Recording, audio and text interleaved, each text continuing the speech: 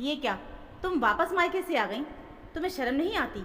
जब देखो मुंह उठाकर चली आती हो। ससुराल में मन नहीं लगता क्या? रेखा भाभी ने ताना मारा तो नीरू अंदर तक हिल गई, पर वो भाभी का ये कड़वा ताना भी सह गई। अभी 2 साल पहले ही नीरू की शादी यश से हुई थी। यश ज़्यादा पढ़ा लिखा नहीं था, छोटी सी दुकान चलाता था और नीरू के सपने बहुत ऊंचे थे। पर कहते हैं ना, किस्मत के आगे किसी का जोर नहीं चलता। अच्छी पढ़ी लिखी नीरू की शादी यश से इसलिए करवा दी गई क्योंकि वो कम दहेज में मान गए थे। नीरू के पापा की मौत तो काफ़ी पहले ही हो गई थी। मम्मी भी अपने बेटों पर निर्भर थी और जवान ननद भाभी के कलेजे में वैसे ही चुभती है। उन्हें लगता है कि जल्दी से इसका ब्याह हो तो छुटकारा मिल जाए। जगह जगह शादी की बात चलाई, पर पढ़ाई और गुण के लिए किसी ने नहीं पूछा। सब यही पूछ रहे थे कि इकलौती बहन है, कितना शादी में लगा दोगे। नीरू शादी नहीं करना चाहती थी। उसका मानना था कि पहले अपने पैरों पर खड़ी हो जाए, फिर शादी कर लेगी। पर रेखा भाभी ने एक रोक लगा दी। अब ये लो, महारानी पहले नौकरी करेंगी, फिर 2-3 साल के बाद शादी करेंगी। अब बूढ़ी होकर शादी करनी है क्या? समाज वाले हमारा जीना हराम कर देंगे, पर इसे तो हमारी परवाह ही नहीं है। अब देखो ना, शादी की उम्र में शादी नहीं करेगी तो घर बैठकर भी क्या करेगी। अब नौकरी कोई ऐसे तो धरी नहीं कि जो चुटकी बजाते ही मिल जाएगी। ज़्यादा उम्र हो जाएगी तो लड़के नहीं मिलेंगे। मैं तो कह देती हूँ 2-3 महीने के अंदर शादी निपटा दो, ताकि हमारे सिर से बोझ उतरे। आगे हमारी भी जिंदगी है, कब तक कुमाई ननद का बोझ सिर पर लेकर घूमेंगे। रेखा भाभी ने अपना फैसला सुना दिया। उनके आगे किसी की नहीं चलती थी। भाई अनुज ने हामी में गर्दन हिला दी और नीरू की मम्मी सुनीता जी की बोलती बंद हो गई। इसी साल नीरू ने बीएड पूरा किया था। बड़ी मुश्किल से उसने ये डिग्री पूरी की और अब वो नौकरी करना चाहती थी। पर रेखा ने पूरा घर सिर पर उठा लिया था। अनुज भी अपनी तरफ से पूरी कोशिश कर रहा था, पर जहाँ अच्छे लड़के मिल रहे थे वहाँ उतना ही दहेज मांगा जा रहा था। आप भी बेकार में विचार कर रहे हो। अब लड़का 12वीं पास है, छोटी सी दुकान चलाता है, तो क्या हुआ? दहेज की तो मांग नहीं है। मैं तो कह रही हूँ कि आंख मूंद कर हाँ कर दो। और मम्मी जी और नीरू को मैं कह दूंगी, हम तो इसी लड़के से शादी करेंगे। अब लाखों का दहेज हमारे पास नहीं है। अनुज ने घर पर बात की तो सुनीता जी बोली, एक ही बहन है, उसे भी कुएं में धक्का देगा क्या? घर वर तो अच्छे से देख ले। नीरू तो अच्छी पढ़ी लिखी है, वो 12वीं पास के साथ में कैसे रह पाएगी? तू कैसा भाई है? अपनी छोटी बहन भी बोझ तुझे लगने लगी है। मम्मी, सिर्फ नीरू ही नहीं, आप और मेरी पत्नी भी मेरी जिम्मेदारी है। मेरे बच्चे भी तो हैं, मुझे उनका भविष्य भी देखना है।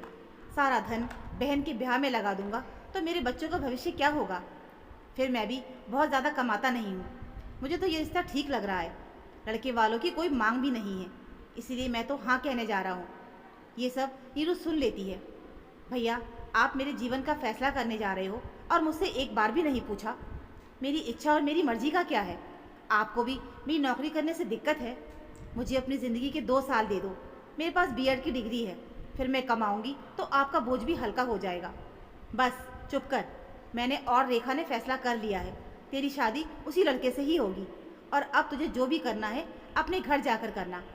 अब हमारे सर से भी तो बोझ उतरे। भैया, आप मुझे बार बार बोझ कहकर बुला रहे हो। कल को आपकी बेटी भी बड़ी होगी तो वो भी बोझ होगी। उसकी शादी भी जल्दी ही बिना उसकी मर्जी के कर दोगे क्या? नीरू ने सवाल किया तो अनुज और रेखा चुप हो गए। भाई और भाभी के दबाव के कारण नीरू ने शादी के लिए हाँ कर दी। अपने सपनों को टूटता देखकर वो बहुत रोई थी। सुनीता जी ने उसे संभाला और उसकी शादी यश से हो गई। नीरू शादी होकर ससुराल आई तो देखा यहाँ का माहौल एकदम ही अलग था। घर परिवार में पढ़ाई लिखाई से किसी को कोई लेना देना नहीं था। सासू माँ ने यही बोला कि लड़की को पढ़ाकर क्या करना है, उसे तो चूल्हा चौका ही तो संभालना है। अब तेरी पढ़ाई को चूल्हे में झोंक दे और रसोई संभाल ले। हमें तो पढ़ी लिखी बहू नहीं चाहिए थी। ये तो तू हमारे बेटे को पसंद आ गई, इसलिए हमने हामी भर ली, वरना लड़कियों की कोई कमी नहीं थी। ये सुनकर नीरू मन मसोस के रह गई। उसे लग रहा था कि उसके भैया भाभी ने उसकी पढ़ाई की कीमत नहीं समझी तो क्या हुआ, उसके ससुराल वाले ज़रूर समझेंगे। कम दहेज लिया था तो वो यही अंदाज़ा लगा रही थी कि वो लोग खुले विचारों के होंगे और किसी वजह से वो यश की पढ़ाई पूरी नहीं करवा पाए होंगे। ससुराल में आर्थिक स्थिति ज़्यादा अच्छी नहीं थी। उसके ससुर जी लकवाग्रस्त थे और बिस्तर पर ही पड़े रहते थे और सास घर देखती थी। 2 छोटी नन्दें थीं जो स्कूल में पढ़ रही थीं। यश ही एकमात्र कमाने वाला था और घर उसी से ही चल रहा था। नीरू ने तसल्ली से घर की हालत का मुआयना किया। उसने अपनी सास चित्रा जी को समझा। वो बोलने में बहुत तेज थी, पर जब कोई प्यार से समझाए तो वो समझ जाती थी। यश भी कम बोलते थे। उसे बस सुबह से लेकर रात तक दुकान संभालनी होती थी। घूमने फिरने का भी समय नहीं मिल पाता था। वो अपनी पत्नी नीरू की बहुत इज्जत करता था और उसे प्यार से रखता था। शुरुआत में नीरू ने सबको समझा और फिर उसने एक दिन जब सास अकेली बैठी थी तो बात की। मम्मी जी, अभी तो दोनों बेटियां छोटी हैं। अब ये दोनों स्कूल से कॉलेज जाएंगी। कल को इनकी शादी भी करनी होगी, तो इतने पैसे कहाँ से आएंगे? यश की कमाई से तो बस घर ही चल पाता है। भविष्य के लिए कोई सेविंग तो है ही नहीं। अगर घर चलाने वाले 2 जने हों तो घर आराम से चलेगा और भविष्य के लिए पैसे भी जमा हो जाएंगे। हाँ बहू, तू कह तो ठीक रही है। अब देखो ना, यश के पिताजी तो बिस्तर पकड़े हुए हैं। दोनों बेटियां भी अभी छोटी हैं। अब कोई दूसरा बेटा भी नहीं है जो सहारा बन जाता। वो कमाता तो घर चलाने में और भी आसानी होती। चित्रा जी ने कहा। ना मम्मी जी, ज़रूरी थोड़ी है कि बेटा ही घर चलाएं। बेटी और बहू भी तो घर चला सकती है ना। अब देखो ना, मैंने भी बीएड की हुई है। अभी मुझे भी अच्छे स्कूल में अच्छी नौकरी मिल सकती है और मेरी पगार भी अच्छी खासी होगी। सुबह 7 बजे जाओ और दोपहर तक घर वापस आ जाओ। अब अच्छा वेतन आएगा तो घर को ही सहारा मिलेगा। दोनों नंदों का जीवन संवर जाएगा। अब ये भी अकेले कितना और क्या कर लेंगे। नीरू ने इतनी आसानी और शांतिपूर्वक समझाया तो उनके दिमाग में ये बात तो बैठ ही गई। उस वक्त उसकी सास कुछ नहीं बोली और ना ही गुस्सा हुई। अगले दिन जब दोनों बेटियां स्कूल जा रही थी तो उन्होंने देखा कि एक के जूते घिस गए हैं। तूने बताया नहीं तेरे जूते घिस गए हैं? भैया नए दिला देता। मैंने भैया को बताया था, पर वो बोले कि अभी इसी से काम चला ले, अगले महीने दिला देंगे। भैया हमेशा ऐसे ही करते हैं, हर ज़रूरत को अगले महीने पर ही टाल देते हैं। और वो रुआसी होकर स्कूल चली गई। ये सुनकर चित्रा जी गंभीर हो गई और नीरू के प्रस्ताव पर सोचने लगी। अगर नीरू खुद नौकरी करना चाहती है तो बुराई क्या है? वो घर पहले की तरह संभाल ही लेगी। अभी तो उनका बुढ़ापा और दोनों बेटियों का भविष्य भी है। उन्होंने सबको बुलाया और कहा कि वो चाहती है कि बहू नौकरी करे, मैं घर संभाल लूँगी। यश और नीरू बाहर का संभाल लेंगे तो जीवन की गाड़ी सही चलने लगेगी। ये सुनकर नीरू बहुत खुश हुई और अपने मायके अपनी डिग्री लेने के लिए चली गई। रेखा ने उसे देखते ही ताना मारा और मुंह बनाया, पर नीरू ने इसकी परवाह नहीं की और अपनी मम्मी सुनीता जी को बताया कि उसकी सास उसकी नौकरी करने के लिए राजी हो गई हैं। वो अपनी मार्कशीट और सर्टिफिकेट और डिग्रियां लेने आई है। ये सुनते ही रेखा चौंक गई। वो तो कभी नहीं चाहती थी कि उसकी ननद नौकरी करे और अच्छी ज़िंदगी जिए। आखिर उसके ससुराल वाले राजी कैसे हो गए? बहुत कोशिश करने पर भी नीरू ने ये नहीं बताया कि आखिर उसकी सास उसकी नौकरी करने के लिए कैसे राजी हो गई। नीरू एक समझदार बहू थी। अब ससुराल ही उसका अपना घर है और वो अपने घर की परेशानी, अपने घर की बात अपने घर में ही रखना चाहती थी। नीरू ने शांतिपूर्वक ढंग से अपना सामान लिया और अपने ससुराल चल दी। पर जाने से पहले वो अपनी भाभी रेखा को कहकर गई, भाभी आपने तो बहुत कोशिश की थी मेरी ज़िंदगी नरक बनाने की, पर मैंने भी ठान लिया था कि मैं अपनी ज़िंदगी संवार ही लूँगी। इतनी मेहनत से दिन रात जाकर जो मैंने पढ़ाई की है उसे इस तरह बर्बाद नहीं होने दूँगी। मैं अपने पैरों पर एक दिन ज़रूर खड़ी होकर दिखाऊँगी। इसलिए मैंने कोशिश की और मैं जीत गई। अब कुछ ही दिनों में मेरी नौकरी लग जाएगी, फिर से मैं अच्छा कमाने भी लगूंगी। अच्छा, वैसे आपको कितनी पगार मिलेगी? रेखा ने मन लेते हुए कहा।